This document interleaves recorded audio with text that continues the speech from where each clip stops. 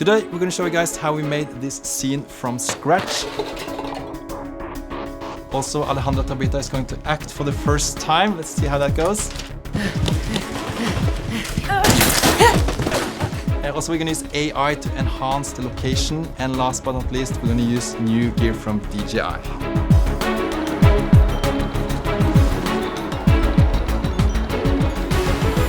You are probably, as me, had ideas for scenes in your head. You know, suddenly there's a scene that pops up in your head and you really want to make it because you visualize the whole scene in your head. But how do you go on to actually make that scene? What's the steps you have to take? This could be like a 3 hours video just about that. But I want to go through 5 steps that we did to make our scene both affordable and also quite interesting.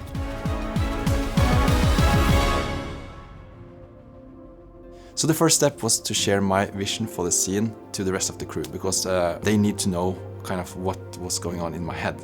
So I went into a page called Frameset where you can search for stills from other productions, other films. So I went into Frameset and I searched for what I had in my head, like something like a red, contrasty living room. Actually, it was really close to what I imagined in my head. So I started to make a mood board with different shots I found on that homepage.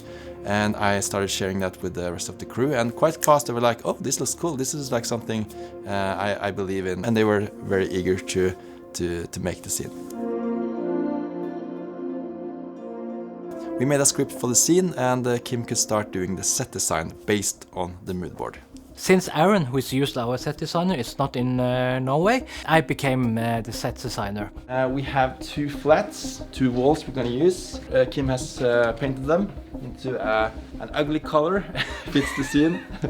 And that's like one of the interesting things with set design is that you can't say so much about the character or you could do so much with the mood of the scene with just colors on the wall. Here's the floor. So it's really convenient. Just roll it out and get a floor. And we're gonna start building the set. Like today we're not gonna use a lot of money, but we're gonna still make it look interesting. But what we're gonna do today, you can do in every type of room you have in your house. Anders made a mood board, and one of the directors that I found has kind of similar style is David Fincher. So I found quite a lot of inspiration from his films like the film Seven. As always, we found second hand for the props like the clock, the lamp and the vertical blinds. And also just using things that we had laying around in the office, and luckily we have a lot of stuff laying around. So we reused the bookshelf, we reused the books, and we used the lamps. I wanted the room to be dirty but not chaotic. Done? And for the final touch, I asked people to bring used cans, newspapers and magazines. So nice, Anders. This is exactly what we need. Now the guy is gonna look really homeless and... You look homeless. I look homeless. What happened with your mouth? Anders was angry at me, so... Yeah. And I also went into our garbage and found some banana peels and used the bread as well. So what's kind of realistic dirt, definitely. In the end, I'm quite happy with the results that we got. Here's the music I was thinking about for the scene. We're using epidemic sound, and very often when I write a script or something, I listen to music for inspiration. Playing the music in the background now while we're rigging can help getting in the mood. So I like to do that. If you want to test out epidemic sound yourself, there's like a free trial in the link. As I shown to the rest of the team in the mood board, there was going to be a lot of contrast, quite moody and reddish color. And this was easy for Gaffer Leander to understand by looking at the mood board. We had the same curtains and stuff as we had in the mood board. We had 3 aperture bulbs that we can control from our app, so it's really easy for the Gaffer to just fine adjust everything. If you want to do this at home, you can always use regular bulbs and using a dimmer. Just make sure that bulbs can be dimmed.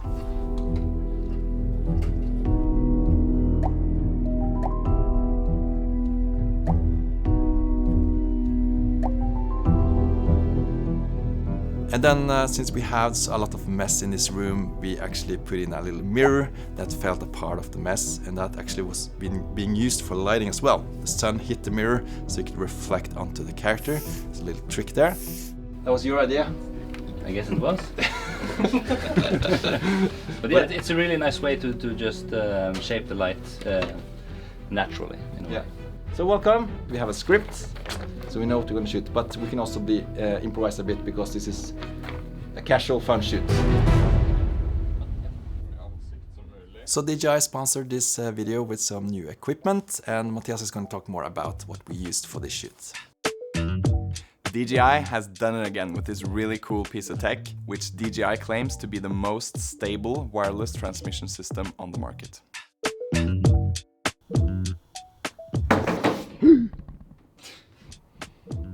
So it carries the same qualities as the DJI transmission. It has 6-kilometer range, end-to-end ultra-low latency at around 70 milliseconds of total latency. It looks like focusing is no problem. Like either you're really good at focusing, or this helps you. What do you think? I think it's both. And seamless auto frequency hopping. So we have rigged up the DJI transmission system right here. And we're just going to walk through, so there's going to be loads of walls in between. And then we're going to test how stable the connection is. So now we have a few walls in between. Still looking pretty good. Okay, we're starting to see some tears. Okay, so here it's pretty bad. But the frame rate is actually quite good. It's just the compression and some compression artifacts. But now we're standing like with a lot of wall. Okay, we're actually getting a little bit better signal here. Yeah, I'd say this is pretty good. Okay, so we're gonna go out and do outside tests, and we're gonna try to walk back to our old office and see how long the signal is gonna hold. We're pretty far away right now, actually. If I'm not standing in front of it, it looks like it's good. Yeah, now you see, now it's good, now it's perfect. Okay, so this is the old office. Yeah, no, we definitely lost it now. It also adds some important features for film and television purposes, such as unlimited number of receivers in broadcast mode. So it was really convenient on this shoot having the gaffer looking at one screen, I was looking at a second screen, and Mattias had his own screen doing the focus pulling. So you can use whatever monitor you have with this new transmission system. It transfers metadata if you're using ARRI or RED. It has fractional frame rates and dual link SDI and HDMI simultaneous outputs. So you can use the DT101 with an external focus pulling system, or you can use the transmission combo with the high bright remote monitor to pull focus, or you can use a combination of the two, which we did on this shoot. If you need actors or actresses in your movie, don't be afraid of asking friends or asking people you know that you see might actually have something in them that can blossom. In my head, I visualize someone like Alejandra Tabita, which we have filmed before in music videos. And what I've seen, like making the music videos with her, is that she has some potential in acting. So I wanted to try her out, like to see if she could fit. And it's really important that the actress and the director has a good chemistry, like they understand each other when they are talking about the scene. And when you are using a friend or someone you worked with a lot before, it's easier to get straight into this good collaboration.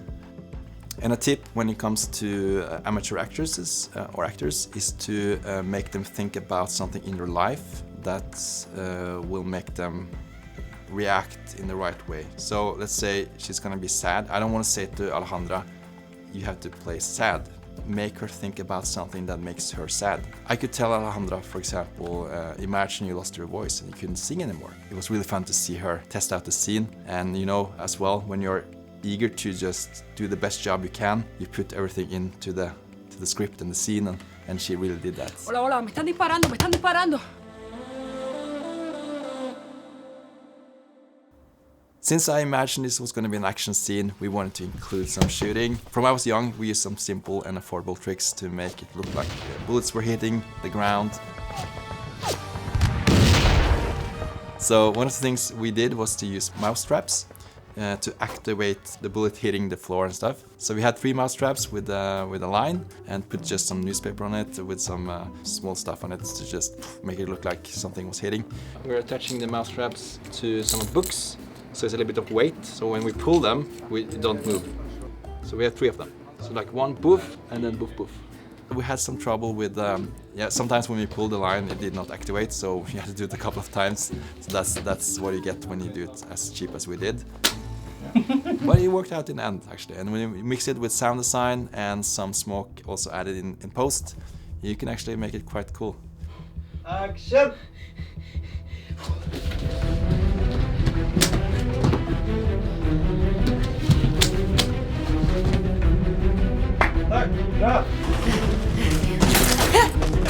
For shooting through the window and the curtains, Marius had an idea of using toilet rolls with a balloon and just shoot some almonds through the curtains. High budget special effects. Nobody should be standing in this kind of area.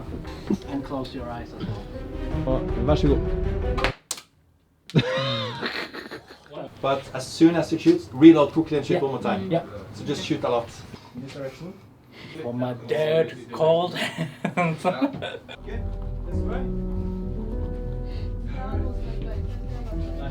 Flashlight 10, tagning 5. Action!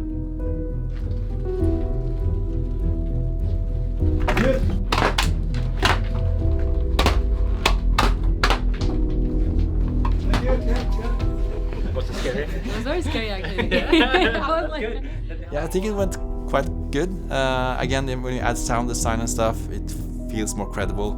So you just have to be creative and figure out ways to make it look credible.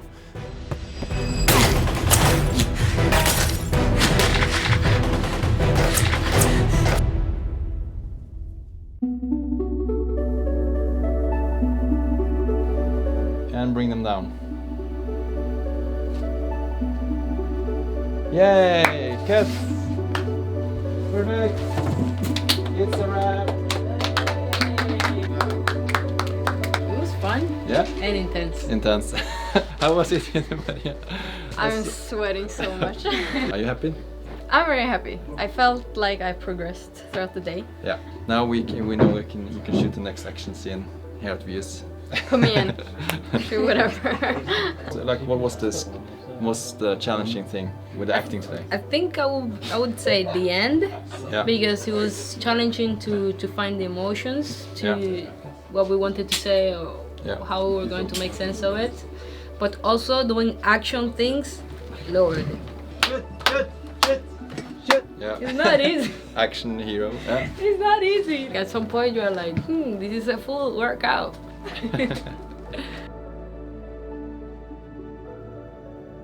So in our previous video I showed you guys how we could use AI in Photoshop to expand our frame, our set, and also make it feel alive, that you have perspective, a 3D space.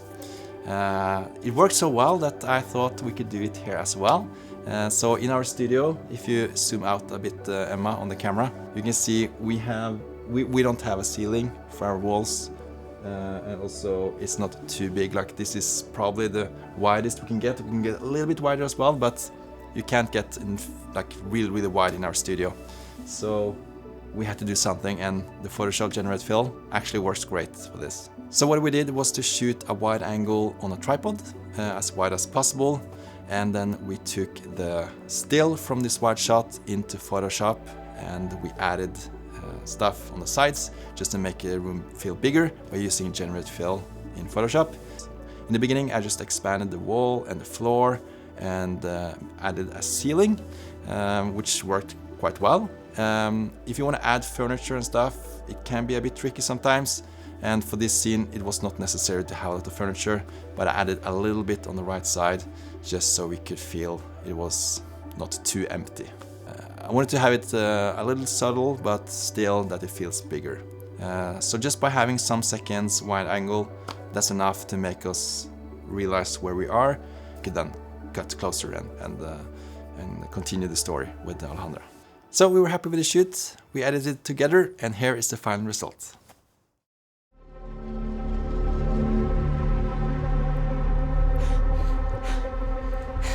Estoy ahí en 15 segundos.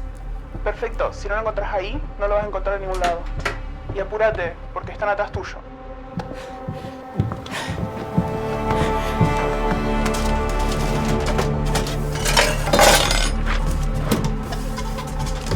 Tenés como 5 minutos.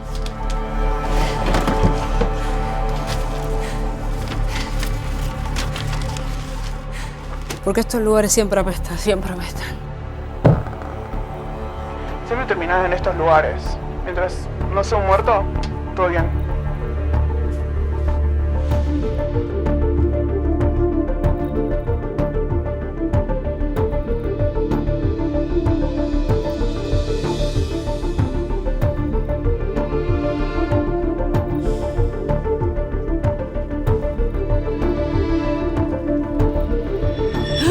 ¿Qué pasó? Un muerto.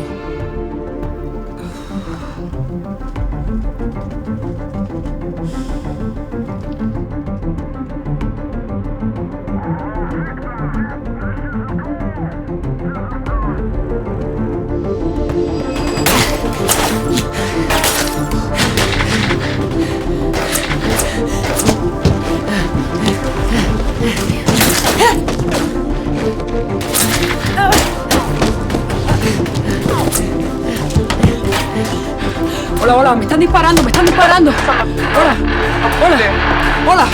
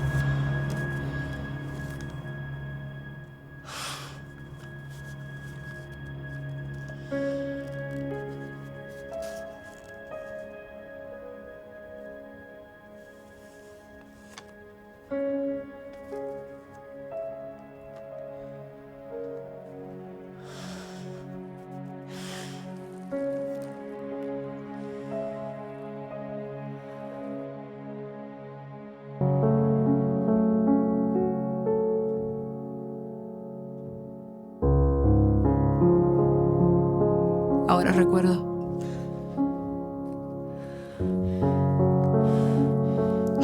Ahora recuerdo quién soy.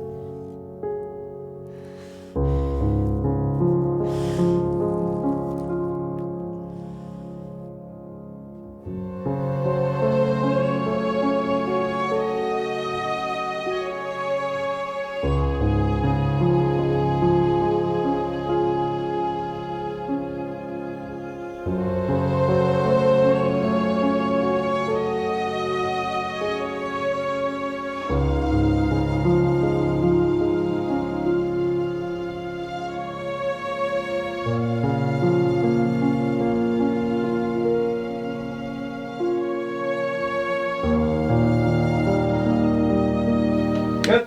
Thank you. When you're shooting a scene like this, you learn so much. Since we didn't have a client who were waiting for this scene, we only made it for, in a way, for fun and for you guys. We could rotate the roles. We worked with a new guy on gaffing, Leander. Kim did the set design for the first time. Next time, when Kim is coordinating and we have another set designer, he knows more about that job. We had Maria doing the cinematography. So comfy. She is mostly editor here at the office, but when an editor can do some cinematography as well, you see new things and you understand how people work. To be good at something, you should just go out there and shoot and do hands-on. Then that's when we learn the most. So gather your friends or gather your company or your colleagues and just make some scenes and you will learn a lot. Should we film the dead guy? Let's film the dead guy. And action.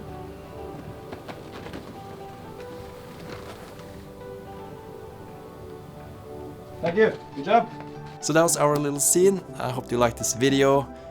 Comment below if you have any questions, subscribe if you haven't, and I'll see you again soon. If you want to see the AI video I made previously, where we expanded a frame in Photoshop, press somewhere here, and we'll see you again soon.